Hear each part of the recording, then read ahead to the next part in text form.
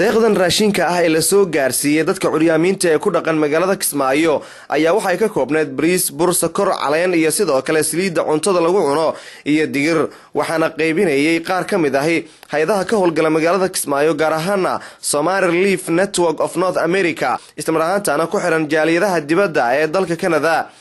waxaana ugu horeyntii goobta raashinkan lagu qaybinayay ka hadlay oo goobjoog ah qaar ka mid ah mas'uuliyiinta maamulka degmada Kismaayo rugta ganacsiga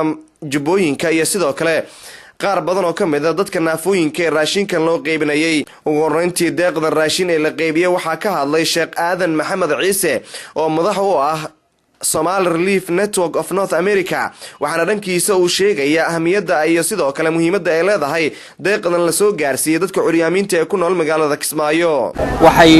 noo tahay sharaf aad iyo aad u weyn inaan walaalahaya reer Kismaayo kala soo qayb galno barnaamijtan deeq gaarsiinta dadka walaalahaya ah ee liita oo maxaan ku iraahdaa isugu jira dad dhibaato ka gaartay ama dhegaha ama indhaha ama lugaha ama qaybahaas oo la isku daray beelay dadkaas oo isugu jira wiilal iyo gabdho iyo dad waayeel ah iyo caruur nooc walba leh dadkaas oo dhinaca kalena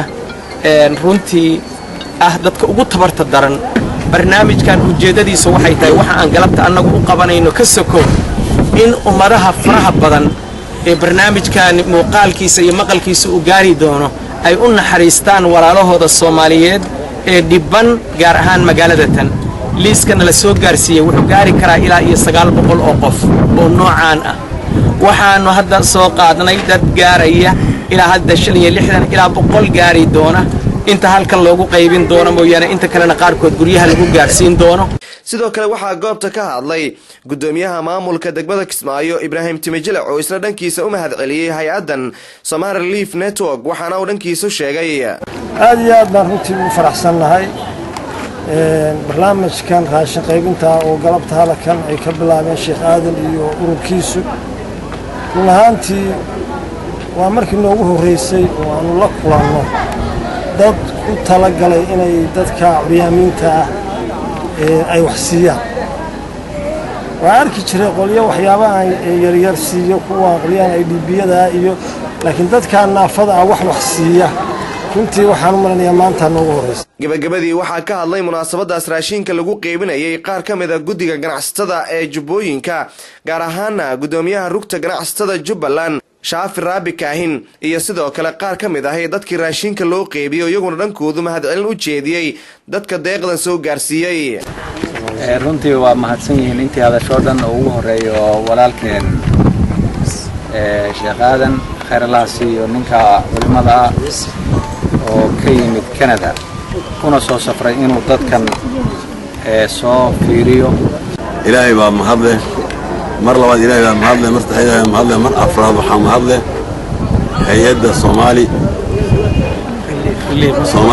Relief North America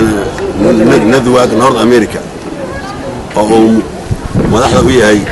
Sheekh Aadan Maxamed Ciise hay'addaas oo aan leenahay meelay jirtaba kor Allah ka yeelo Sheekh Aadanna akhriya dunba Allah liibaano jannadiina Allah uu bashaareeyo dadkan danyarta ah ee ku nool gudaha magaalada Kismaayo gaar ahaan dadka curyaamiinta ah oo iyagu markaa u baahan gargaar bini'aadanimo ayaa deeqdan la soo gaarsiiyay waxay noqonaysaa tii ugu horeysay oo dhawaanahanba si gaar ah loo soo gaarsiiyo dadka curyaamiinta oo iyagu u badan dad ay caruur aad u danyar kuwaas oo dhibaatooyin kala duwan ay ku haystaan magaalada Kismaayo Aadan Maxamed Salaad TV-ga qaranka magaalada Kismaayo